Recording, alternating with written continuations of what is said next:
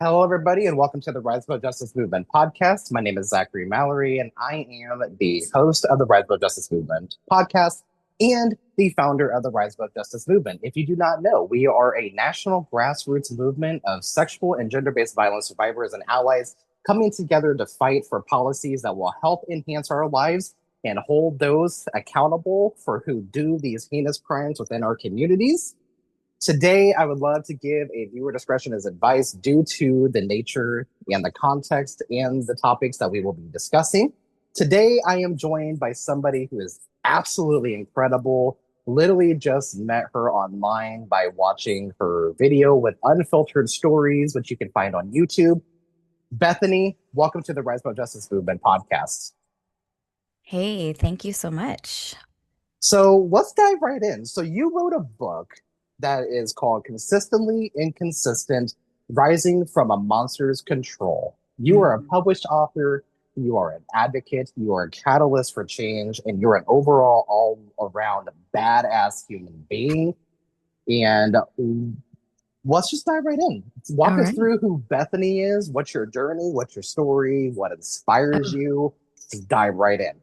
God, we'll be here all day. That's okay. Thank you. That's quite the introduction. Yeah, so my name is Bethany and I have been through it. I think all of us have been through it, but my story seems to be the culmination of so many different things that um I don't know. It makes for a story, so that's why I wrote the book.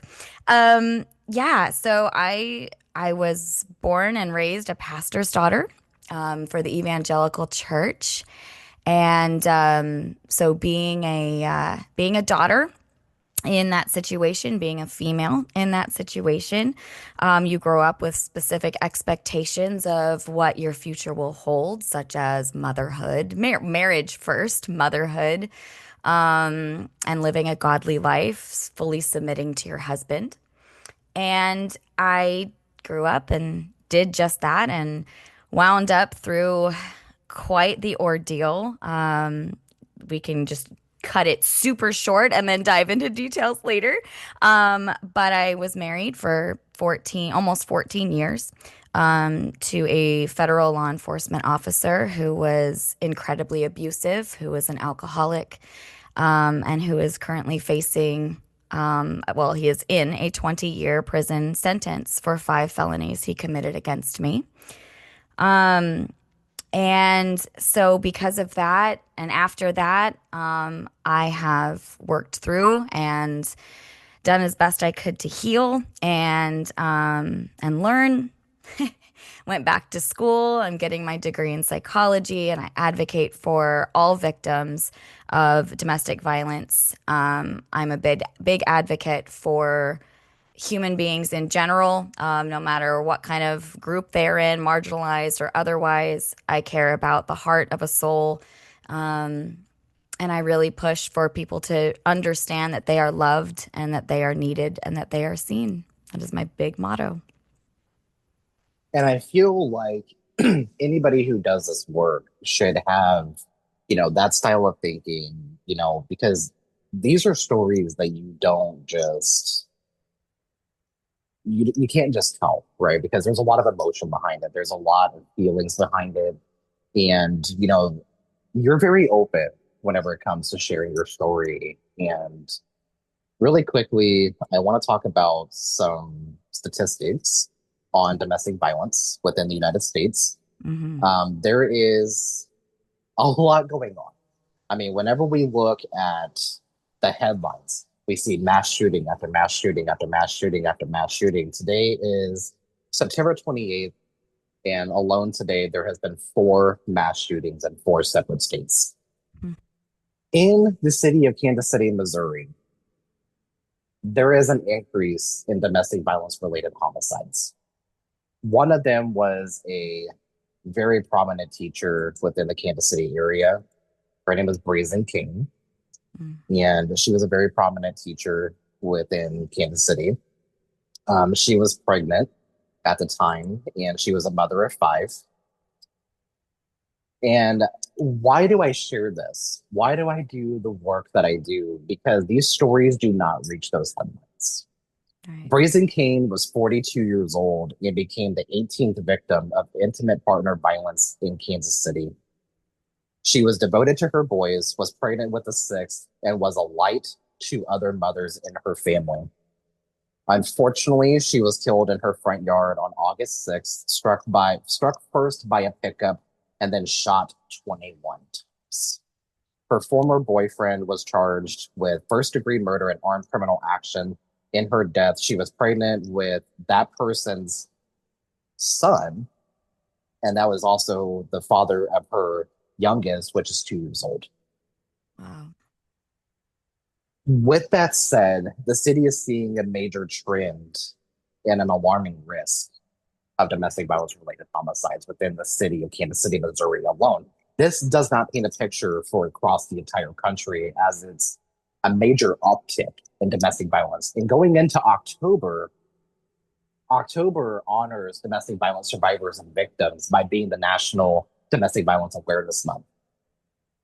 So I want to make sure that we recognize that the violence against women is on the rise. The violence against marginalized communities is even higher than in previous years.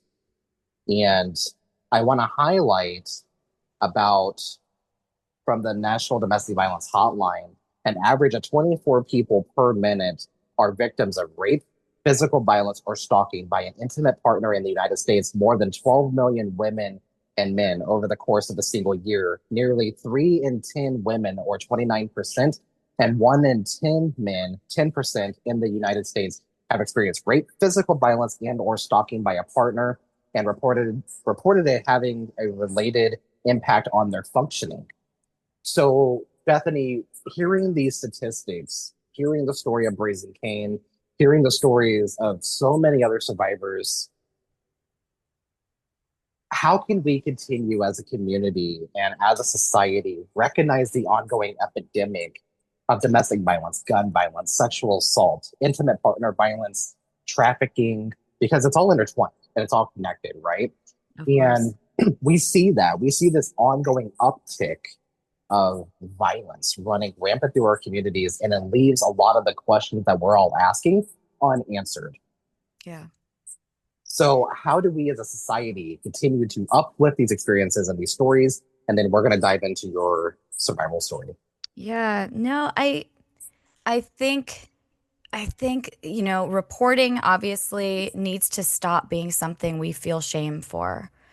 Um, and I say we as a human race. I do not at all, because I hear those statistics and I know that they are against women, because women are we feel some sort of freedom to report a little bit more than men do, but I also understand that men typically don't report. So we hear that 1 in 10, um, that 10% of men, or whatever it was, about men reporting. I bet you it's more than that. And so I think Oh, I absolutely. really think that we need to let go of the stigma of Yes. not believing the victims. Yes. Sure, are there people out there who manipulate a situation? Absolutely, but I promise you that that statistic of those kinds of people is so ridiculously small. Believe everybody until there's a reason not to believe them. That's what I Absolutely. just it's for me in my situation. I didn't tell anybody, because the thing that continued with it went through my mind is, why would anyone believe me? It makes no sense. That's where it was wrong. I should have had people maybe not recognizing it, because I was a great actress, trust me. But we have to believe people. Even I've seen some funny reels that, I think it's all satire, but where the women will be walking arm in arm with a man, and then they'll bump into somebody, and then they'll put their hand behind their Mhm. back and do that international the symbol, with the hand opening and closing. And where the satire comes in is where the people will be like, "Ah, no, there's nothing wrong." And then we have the big guy that comes in and rescues the girl, or big girl that comes in, whatever. We need that to actually become a thing where if we see that, it doesn't matter what's going on. It's not a second guessing. We jump in. I don't care if it's a man. I don't care if it's a woman. I don't care what it is. If we see somebody in trouble, you have to step in. Um, there was a, I was at the grocery store about a year ago, and there was a woman walking around with her partner, and she had two black eyes. Her arm was in a sling. And I, I the first thing, I mean, I didn't even think. I just walked right up to her and I looked her dead in the eye. I said, "Are you okay?" I didn't care. I didn't worry. Even if it embarrassed her, that didn't need to even be a thought. Are you okay? She's like, "Yeah, I was in a, thank you. I was in a car accident yesterday." And I said, "Are you telling me the truth? Because I will get you out right now." It's just, it has to be that instinct. We're It has to be. We cannot second guess anybody. That's how we start. And then after that we advocate. And we continue to advocate. We cannot let spousal abuse, partner abuse, we can't any intimate abuse, we can't do it. We don't want it for our kids. Why would we want it for anybody? Elderly, even elderly care, right? Like we can control believing the people who are speaking out. And I think that's what's most important to do. Absolutely. Oftentimes we hear about like different survivor stories, and then we watch TV shows like the Special Victims Unit on TV, for example, and they make it look like you can just walk into the station and automatically be believed. But we know damn good and well that literally is not the truth, Right. right? And we oftentimes hear about reporting. I attempted to report, but I wasn't believed. Right. And that, unfortunately, that's a common theme amongst survivors and something that I hear literally on a daily basis. And I didn't report because, and oftentimes, 9 times out of 10, that's because they were not believed to begin with by their local police department, especially in rural communities. And Yes. it's just so incredibly bizarre that it's 2025 and we see this major uptick. And thinking about like the Violence Against Women Act that was signed as a federal law in 1994 that provided comprehensive responses and resources to combat domestic violence, sexual assault, dating violence, and stalking. It's been reauthorized several times, including in 2022, but there's a very huge risk that this is going to be completely cut. What are your Yeah. thoughts on that? I'm terrified. Yeah, I'm terrified. yeah. I think about the women who have confided in me and are still with their abusive partners or have recently left their abusive partners. Um, and those are just the people I know, and they're terrified. They're I had one call me at midnight, and I don't know what to do. What if this happens? And it just happened to be, what was it, a couple weeks ago, when the man who is in charge of our country right now just said, "Oh, what about, they're trying to say it's a Mhm. crime, a little fight Mhm. between a husband and wife." That sent me spiraling, to be honest with you. That really hit me.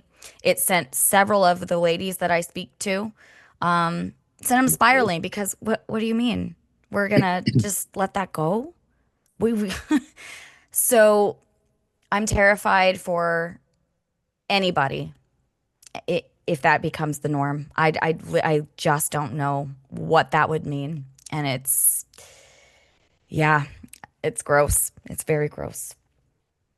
Domestic violence has been recognized by the federal government as a national public health crisis and as a safety crisis. And a national survey by the Centers for Disease Control and Prevention found that 4 in 10 women and 1 in 4 men have experienced physical or sexual violence for stalking by an intimate partners. Going back to what I mentioned about earlier with those statistics, the 19th News did an article about Donald Trump's comments downplaying domestic violence in speech about religious freedom. And in that speech, you kind of mentioned it a little bit ago. In that speech, they said crimes down 87%. I said, no, no, no, it's more than 87%, virtually nothing, and much lesser things, things that take place in the home, they call crime. They'll do anything they can they can to find something. If a man has a little fight with a wife, they say this was a crime. See? So now I can't claim 100%, but we are. We are a safe city. Those are his direct words in regards. And he said this during like Religious Freedom Commission's meeting at the Museum of the Bible in Right. Washington, D.C., which is literally insane to me anyway. Yep. We have a museum of the Bible? Yeah. That was news What to me the too. hell? That Since was news when? to me too. And then to have, I'm still confused by what the whole separation of church and state means. Apparently, I'm the only one that just doesn't see that ever happening.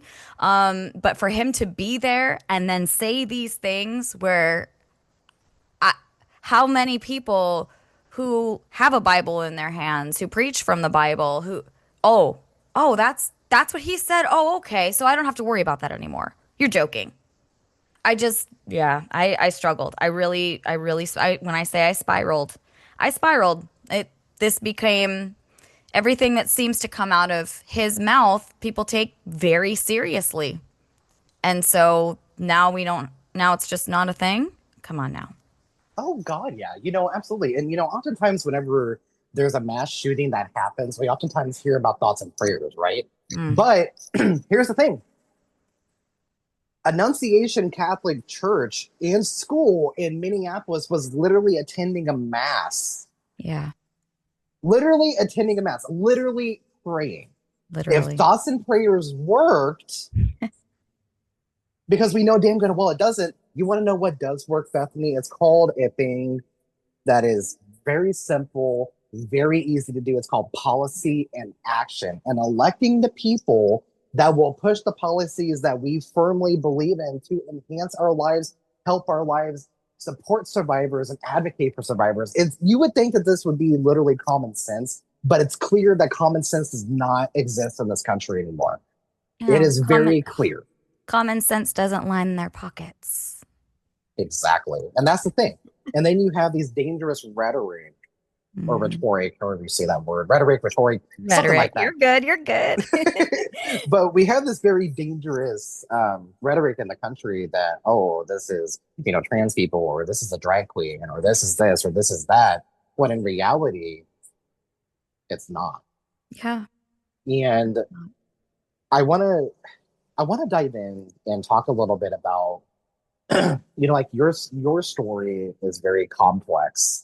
Mm. So walk us through meeting your husband. Walk us through just walk us through your story, like where it began, what happened, and now where you are now. And this is the point of the podcast where people are used to people rambling. So Oh no. Oh no. feel free, part of this podcast, and I don't do a lot of editing on the podcast, and there's a reason for that. And I'm not going to edit this part out either because I believe people need to hear the actual voices behind these numbers and behind these statistics, because behind each statistic, there is a human being. And that is the reality of it. So, whenever we talk about the 1 in 10 or the 4 in 10, those are actual human beings that create those statistics. And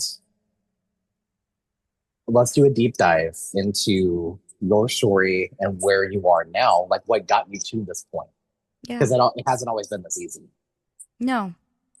I think, and I think I'm going to preface with I didn't understand my story. I did not understand what was going on in my world until I was out. So, for anybody, and I do say this in my book, for anybody who starts to get that icky feeling or starts to question, pay attention to those feelings and pay attention to those questions, because if you're doubting it, there's something that you need to look deeper into. So, for me, as I said, I was born and raised as an evangelical pastor's daughter. We had a very stereotypical family where the mom stayed at home, raised the kids as long as she could. We did lose our house in an earthquake when I was young, so that put us into a financial situation where my father ended up leaving the church. But we still had those ideals. And after we moved to a much smaller area. that my family dynamic changed just ever so slightly, except for kind of how we were run. Father was head of the house. Father was, it was spirit. He's the spiritual leader, um, financial leader for the most part. My father was not controlling in that way at all. My mother was a good support system for him, for us. It seemed okay for a while. Eventually, my mother became addicted to pain medication, which became its own thing. And I really became the mother of my sibling at around age 12. Just always taking care of them, kind of just fulfilling my role. And um, a lot of things were quite strict for me. It wasn't okay for me to have a boyfriend. I couldn't wear certain clothes, heaven forbid my modesty is shown, that kind of stuff. So, of course, I married the first guy that was nice to me after I turned 18. I met him at a college event.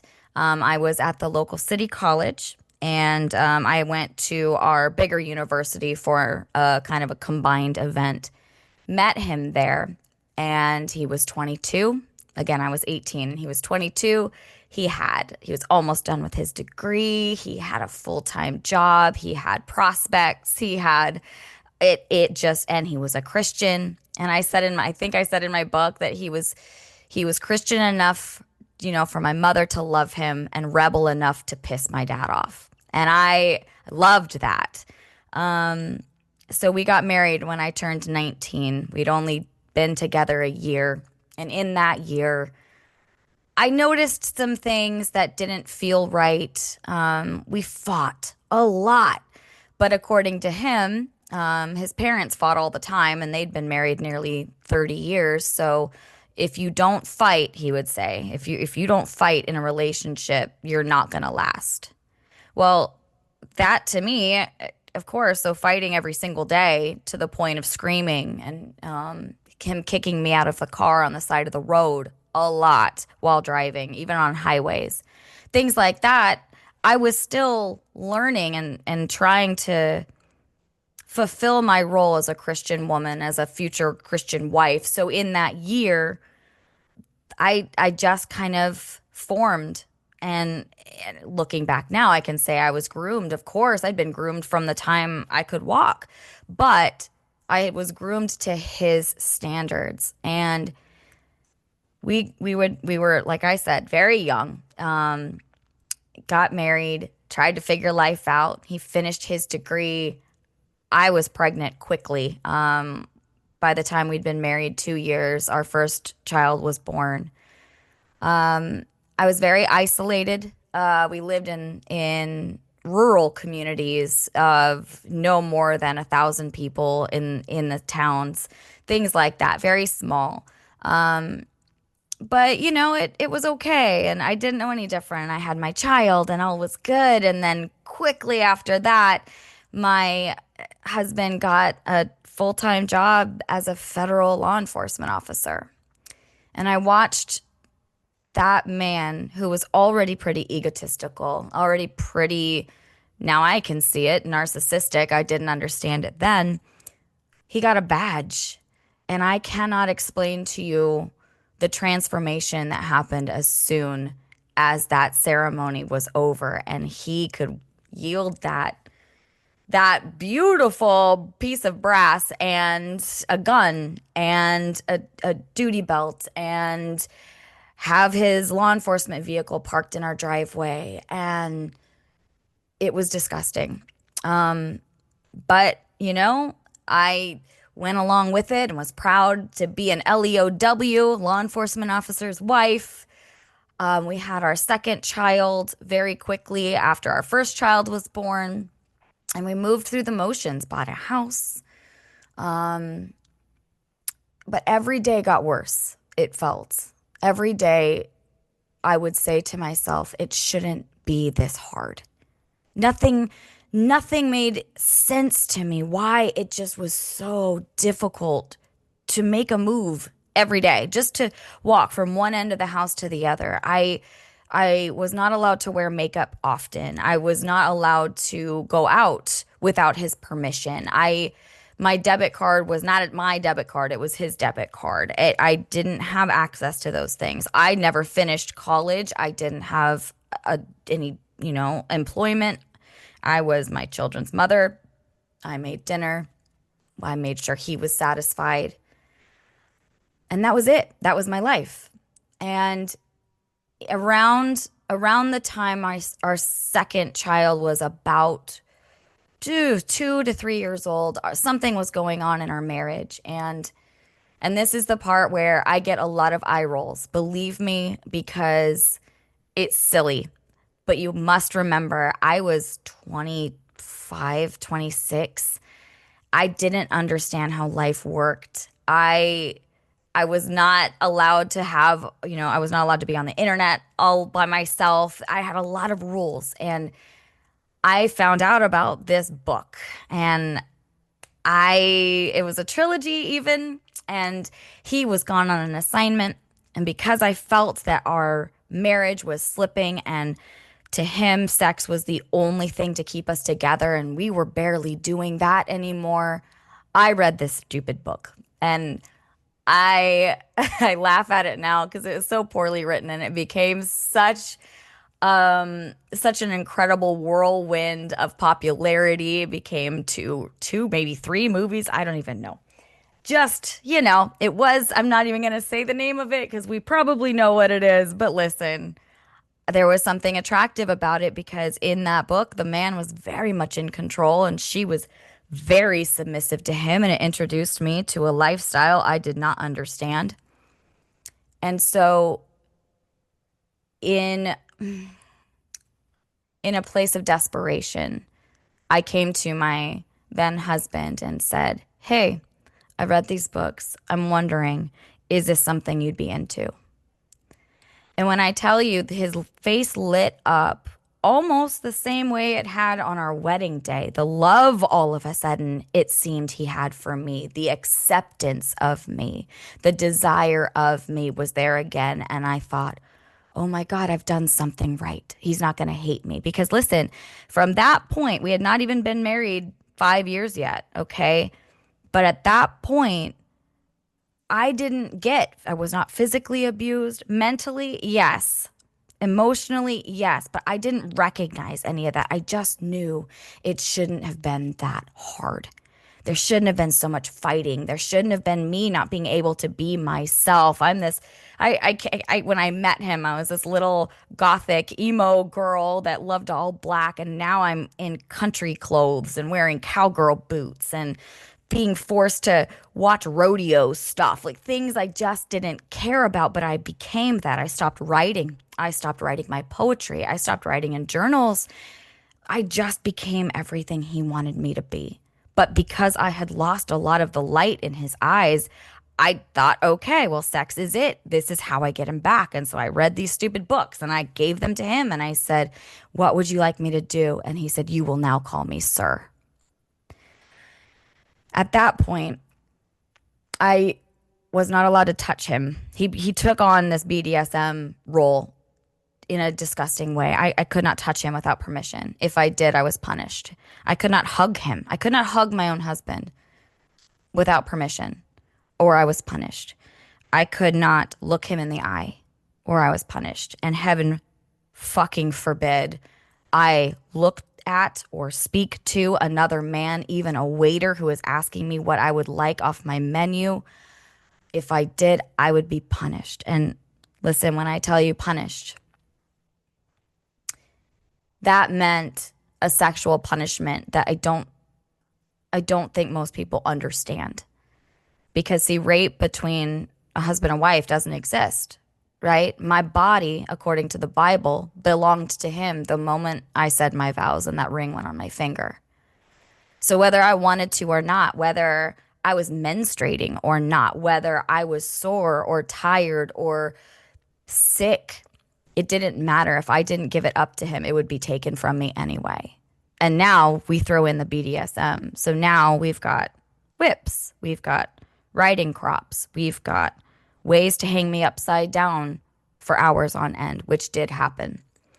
Um, there'd be me being left tied to the bed. Now, I am in no way, please, as a disclaimer, am I shaming anyone who is into that, because that is not it. What he was doing was wrong.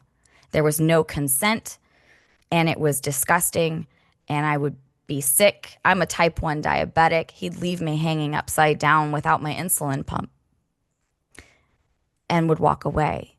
These things were disgusting, and it was a nightly thing. And then alcohol became his number one baby as well, because life at his job was difficult. So we'd have the BDSM situation. We'd have the alcohol situation.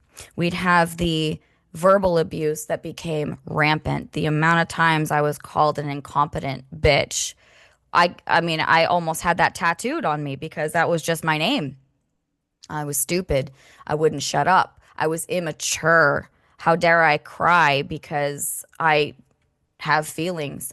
Things like that. So that was 2012 when all of that really became a thing. And over the next several years, it got worse and it got worse and it got worse. My mother passed away from what we believe was a overdose from her pain medication. Um, and he didn't care. He came home from an assignment, very angry.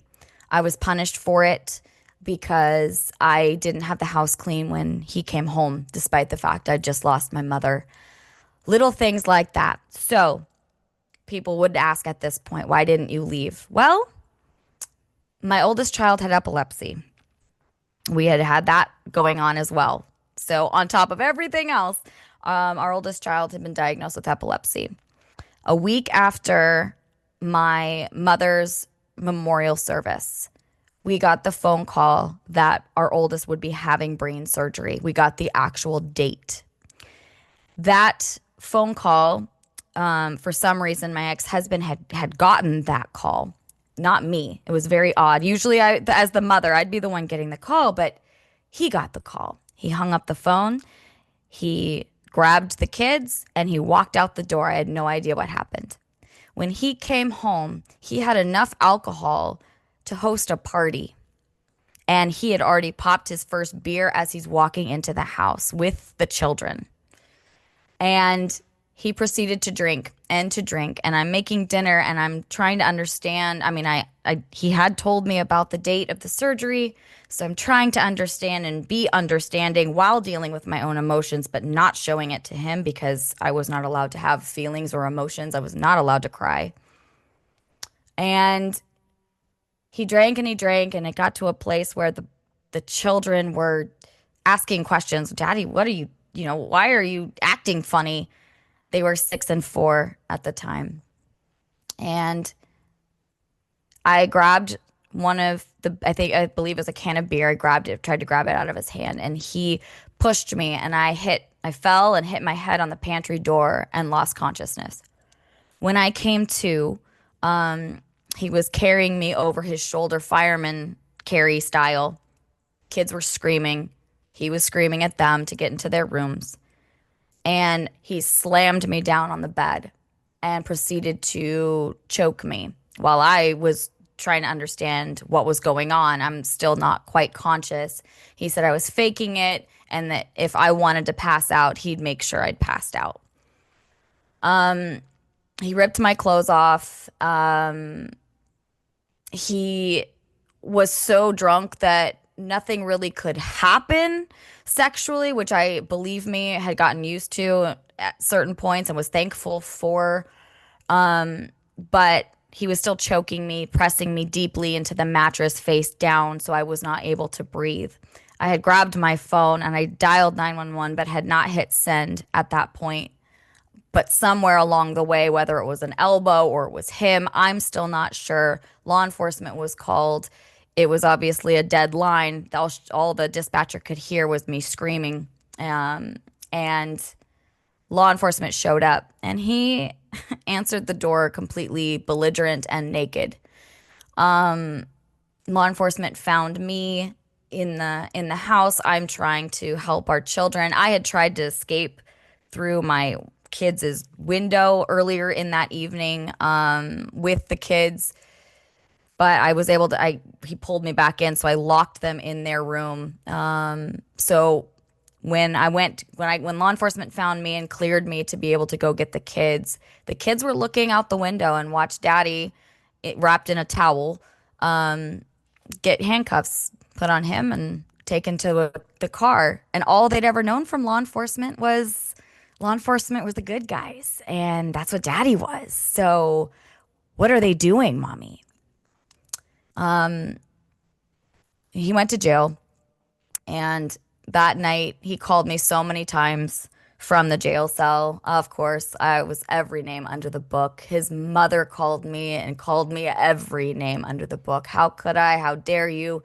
What is wrong with you? You ruined my son's life. His grandmother called me and said, "What is wrong with you? Don't you know?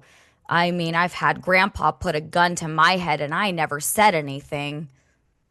And I realized he was the way he was because they were the way they were. And this was a very disgusting situation. And what the fuck was I doing being married to this? However, my child needed brain surgery. And this is where the why did you stay comes in hardcore. And it makes me sick, but I would never take it back. My child needed brain surgery.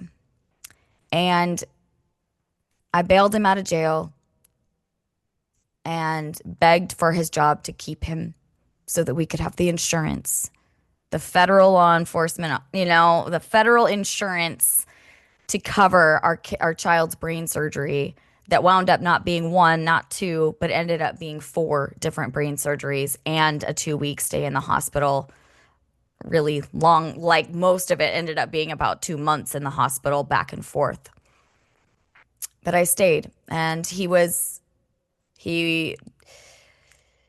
I did the typical victim thing, the stereotypical victim thing, and I told them that I was wrong, that it wasn't that bad. The DA begged me not to say that. The DA begged me just to be forthright and honest, and I couldn't. And I hope still somewhere in there, I hope that they would understand that I wasn't crazy. I wasn't even in love with this guy. I needed it for my kid. It's hard, but you don't know until you know. So the child got the brain surgeries they needed. My ex-husband at was court ordered to go to counseling. We ended up moving, and we tried to start life over. And after a year or so, maybe a couple years, something happened to him at work. And he had really, for the most part, stopped drinking, by the way. So the abuse was still going on, but it wasn't as violent. And he never laid his hands on me in that way. It was very sexual all the time. Sexual abuse was that was just a norm. I didn't understand anything else. I didn't know kindness in the bedroom. But as the time had gone on, and as we had gone to the new location and moved to houses and really tried to start over, he got in trouble at work for a false arrest. I still do not know the details, but I do know that he was not allowed to return to work until the full investigation had gone through, which took months and months and months, which forced me to get a job, which really aggravated the situation because now his wife was making money and he was not. So the drinking became ridiculous. It was bad. It was very bad. And I feel like I skipped so many details in here, but we really would be here all day. But eventually he got relocated again out of punishment for his job. It was that or get fired. And so we up and moved our whole life again.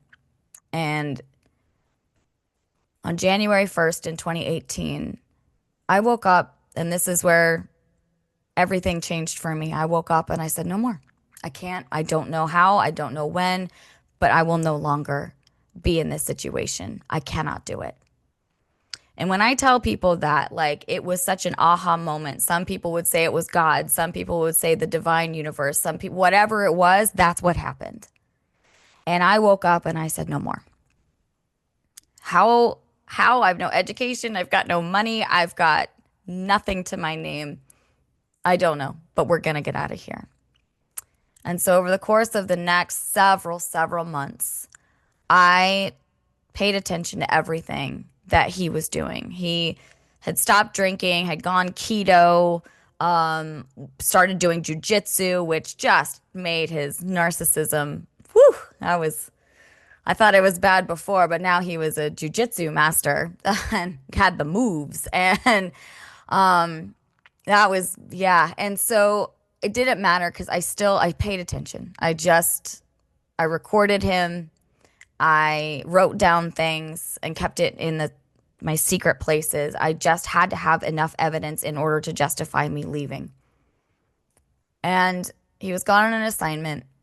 And over the summer, my youngest and I were having a conversation. I said, hey, daddy's coming home.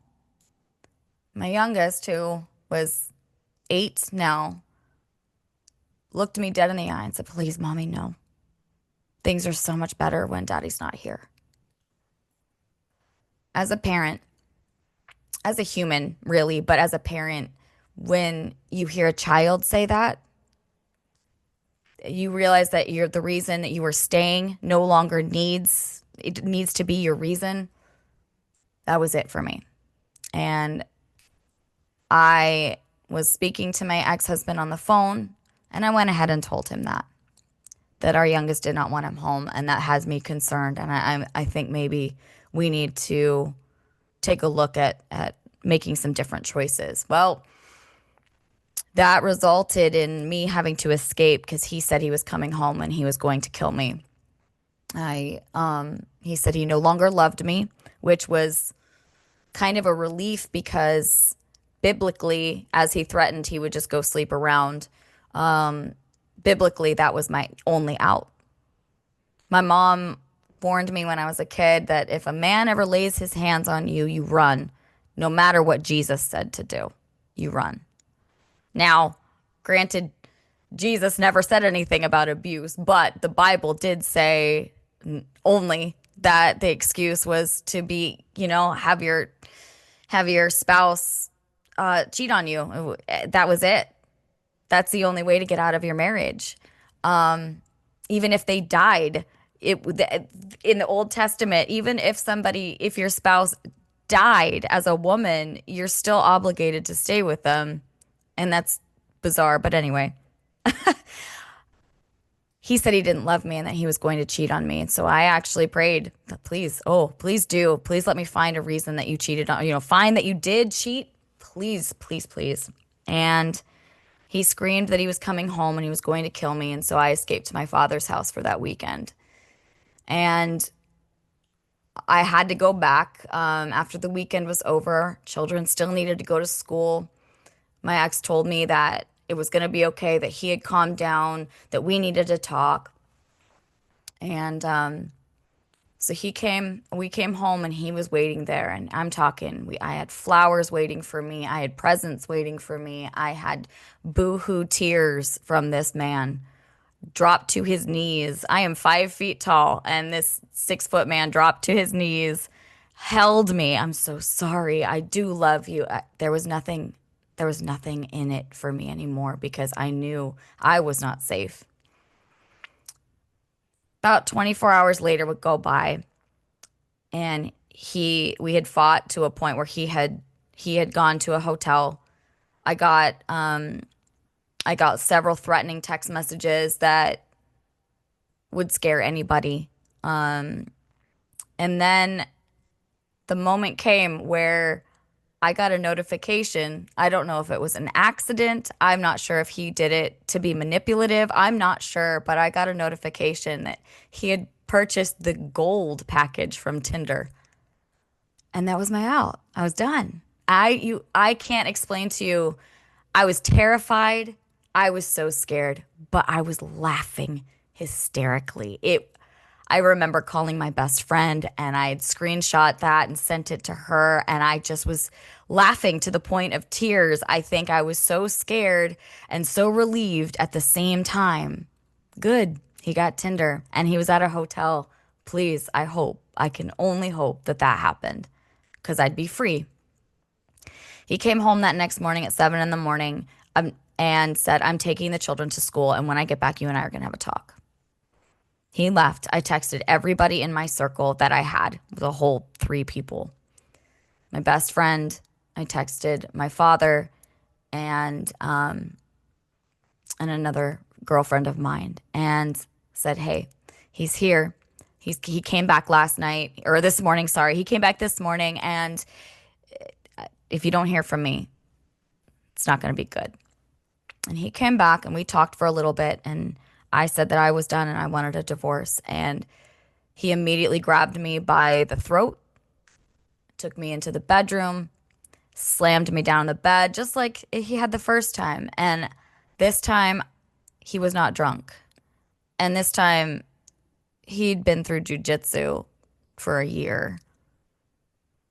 I knew I would not be able to win this fight. But for 4.5 hours, I struggled and I fought and I ran and I got chased out of the house. I got my head slammed against the wall and into a picture frame actually of us on our wedding day. I had my clothes ripped from the bottom of my shirt all the way to the collar. Um, I was held hostage. Uh, I was I ran out of the house at one point. And again, we were in a rural area, so we don't have neighbors, so it didn't matter how loud I screamed, nobody heard me. Um, but he dragged me by my hair in back into the house. It it almost could be a movie how that went down. A horror movie, obviously, but so many times, and I got to a place in all of this. My body was so tired, and I just begged him, "Can I please go to the bathroom?" And he had let me. He had already taken my keys. He'd already taken my phone, and I do not remember how I was able to sneak my phone. I don't know how I don't remember that part. But I ran into the bathroom and shaking and doing what I could to just text my father and my stepmother. And I said, "He's here. He's hurting me. I'm probably not going to make it. Can you get the kids from school?" I didn't know what else to say. Hit send, panicked, and deleted it before I actually got the notification that it had sent to them. In my brain, which was not working quite right at that point, it had been a little over 2 hours, maybe 3 hours of this ongoing just screaming and running, and I don't know. I just was terrified that that didn't go through and that no one would know. I had I had Snapchat.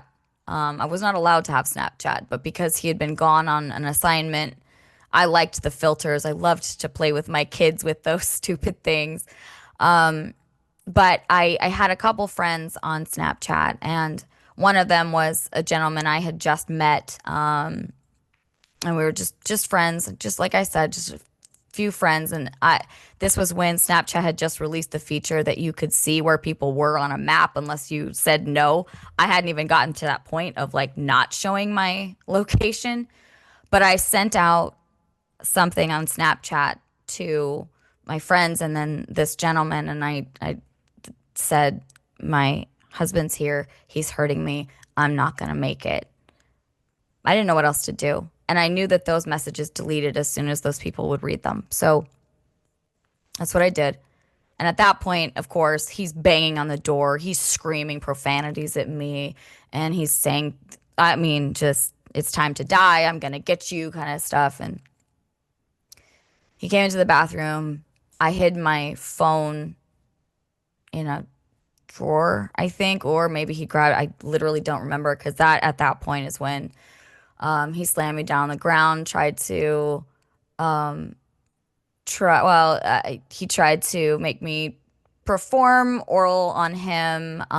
He raped me. He did all kinds of things. And at one point, I was on the bed, and his duty belt was right there. And I remember looking up at it and going, and seeing his gun and going, I could do this. I'd be justified. I would be justified. Now keep in mind his hand is around my throat. I am losing air. I'm losing starting to feel dizzy. My body is so exhausted. Um and I really did. I had that thought like what would happen? What would my kids think? I'd ruin their lives, but he'd stop. But obviously, he saw my face. He's an investigator himself, so he saw my face and he went, "Oh, this is what you're interested in." And he pulled that out and put it against my head and changed his mind, thankfully, and tied me up with his duty cuffs to his bed instead, and or to the bed and to the headboard, and um, I was losing air. I don't, his thing was really just making me lose air, so that I couldn't scream, I couldn't breathe, I couldn't whatever. It was just really his thing. And then his cell phone went off. And then his work phone went off. And when he saw his work phone go off, he said, "Well, they're here, baby. Time to go. I will love you forever." And he went to the door, and I'm seeing Tweety birds at this point. I don't remember much, and went to the door, and I heard a familiar voice actually say, "What the fuck? What are you doing?" And then I heard a little scuffle, and that was it. And at that point, I kind of came to more. I was able to like pull my hands out of these handcuffs. And I got to my feet and went running. And that is where my husband's best friend, who we'd had dinner with, I knew his wife and their children, came running to me, full uniform. He said, "He's gone. He's gone, Beth. He's gone." And that led to 5 felonies that he pled guilty. Well, he took a plea deal for. It was corporal injury of a spouse, false imprisonment by violence, sexual penetration by foreign object with force and violence, rape of spouse by force, fear, and threat, and attempted murder. And so it's been 7 years almost since then. How do you say, "Oh, my life is great now"? You don't and you do, because what I love to tell my survivors, what I love to tell the people that are going through it is that you do get there. It might take a long time. It might take a short time. You do get there. And the odd thing for my life now is that the way that all of it came down, the way that that the cops came to the door, was that the Snapchat thing I sent out.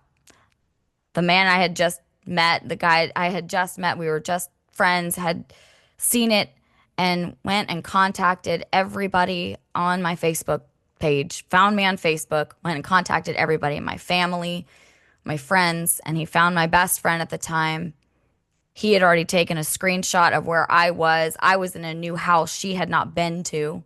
So he sent that to her. She called law enforcement, and that's how I didn't die that day. And that man on Snapchat, I wound up marrying, and we will be married 5 years now, in a little bit. And I hope you can hear me smiling, especially those of you who have gone through it, who have been in situations like mine. My goal is for you to understand that your survival is the beginning. It's the absolute beginning of your life. And you'll deal with a lot. It's going to be a lot of back and forth. You're going to have a lot of really hard days. I have a lot of really hard days. But even if you have one good day out of 30, trust me, you will learn to treasure that one day, that singular day. So that is my whole story. I am sure I left a lot out, but But if anything, I just want people to understand that this is real, that people do go through this. I was very lucky, and that is not lost on me. But I am good, and my oldest is in college and running cross country and hasn't had a seizure in 11 plus years. My youngest is thriving, and think good things come out of really dark places. And look at what you have accomplished. You wrote a book, you're published, you're on podcasts, you share your story to inspire others. I want to, I'm at a loss of words because your courage, your strength, and just your energy is so beyond inspiring. And I know that people listening to this are going to go through like a roller coaster of emotions because I did being on this end and just hearing it. But it's definitely it's one of these stories that it's like, okay, we get to like this like peak and then it drops back down. And it's like, okay, everything's going smooth, and then something else happens, and something else happens, and something else happens. And this is why complex PTSD needs to be recognized in the DSM-5 by the American Psychological Association and Yeah. future DSMs, because like DSM-6 and so on and so forth. Because complex PTSD, it comes from multiple occurrences, right? Yes. Yes. Yes. And that is something that a lot of people don't talk about. And, part of the movement that I created, 200 something thousand followers later, I'm sitting down talking to stories and or talking, oh, wow, sitting down and talking to people and listening to their stories like yours. It gives me the energy to keep going because it means that I'm doing the correct thing by Hmm. amplifying these stories. Really quickly, I was doing some research, and from the Feminist Majority Foundation, the National Center for Women in Policing, I found a police family violence fact sheet. Mm. So, this is going to be no surprise to you, Bethany, and anybody else who has encountered police violence. But I do want to point out that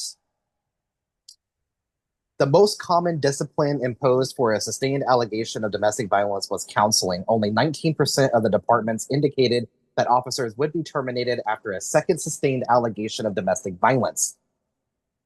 Hmm. This was after a 1994 nationwide survey of 123 police departments documented that almost half, or 45%, had no specific policy for dealing with officer involved domestic violence.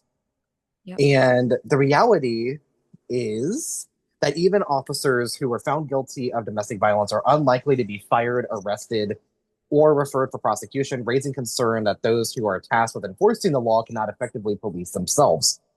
Yep. In 1998 to 1999, 23 domestic violence complaints were filed against Boston police employees, but none resulted in criminal prosecution. The San Diego city attorney typically prosecutes 92% of the domestic violence cases that are referred, but only 42% of the cases involving a police officer as the perpetrator are prosecuted. Yeah. And then the last one that I want to point out is between 1990 and 1997, the Los Angeles Police Department investigated 227 cases of alleged domestic violence by officers, of which 91 were sustained. Of those 91 allegations that were sustained by the department, only four resulted in a criminal conviction. That means that the LAPD itself determined in 91 cases that an officer had committed domestic violence, but only four were convicted on a criminal charge. Moreover, of these four officers who were convicted on a criminal charge of domestic violence, one was suspended for only 15 days, and Gross. another had his conviction expunged. Gross. And where are their spouses? What happened to them? They're lost. We don't hear about that. We only hear about what didn't happen, and it's gross. The underreporting of sexual assault, domestic violence, etc., comes directly from police departments. I mean, there are certain departments that are not required to report to the FBI. Right. and and then you have a local police department like the Kansas City, Missouri Police Department that it's not controlled locally. It is controlled by a board of police commissioners that are appointed by the city and as well as the governor. But the state legislature and the governor have ultimate say of the Kansas City, Missouri Police Department. And then they passed a bill to bring St. Louis Police Department under their control as well. Keep in mind, this year alone, in 2025, it is only September. There is already a steady increase of the number of homicides, like the one that I mentioned earlier about Brazen Kane. She became number 18 or 19 of those homicides that are domestic violence related specifically. We see this uptick. We see this major problem of violence running rampant in our communities and leaving families with these unburdened questions of why? Why my loved one? What did they do? And how can somebody have so much hate in their heart? How can somebody sleep at night knowing that they took another life at the hands of somebody else? Yeah. And my mom is a domestic violence survivor. I learned about her story as I grew up, and the courage and the strength that my mom has each and every single day to keep pushing forward. I don't know how she does it. I don't. But she does it because she is a survivor, Yeah. And one of the things that one of my co-founders told me was your mom's going to heal from cancer. She was diagnosed with stage 3 cancer or stage 3 cervical cancer in April of this year. Mm. But my co-founder told me that your mom is going to heal from cancer, but she will never forget what you did to her. Yeah. And I think that's absolutely true because she hasn't let anything stop her, and I see a lot of you, Bethany, and her because you have very similar stories. Obviously, not necessarily every detail, but domestic violence does have a certain common trait, and it's that toxic masculinity aspect and the power of control. Yeah. And that's the reality of it. My biological father is in prison. Um, 29 years later, I've never met him a day in my life, but he's been convicted and he's in prison for many, many, many years to come. Yeah. It wasn't for a domestic violence charge. It wasn't for anything like that. It was actually drug offenses Mm. which, I told my mom, she's like, I'm not surprised. But part of the reason for creating this movement is to honor my mom, but also to honor survivors and uplift the survivor voices. And with that, Bethany, I just want to continue this conversation, but this will go on for literally hours on it. Yeah, I'm seeing. Um, but I just have one final question to you. And the final question is if you were to receive a message from a survivor, which I know you have, just like I do on a daily basis, but if you were to receive a message from a survivor that was looking for resources or looking for ways to cope with their trauma because this is the first time that they've ever shared their story, what would you tell them and why? Um, I think it's human dependent, to be honest, to be able to answer that question for me because I on occasion I do get messages, and because each survivor story is different, I recognize that they might need different services, right? Some might not need services at all. Some might just need an ear to go, "Hey, I'm feeling funky today. I'm good normally, but I just wanted to talk." That's cool. Then I offer that. I will listen to you all day. Or maybe they need something stronger like I need to get out. Where do I go?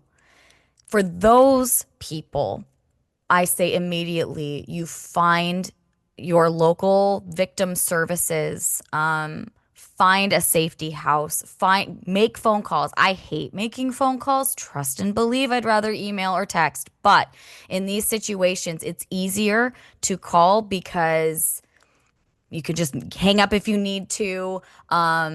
If that's not possible, there are websites that you can go to that will give you those resources that you can have quick exits.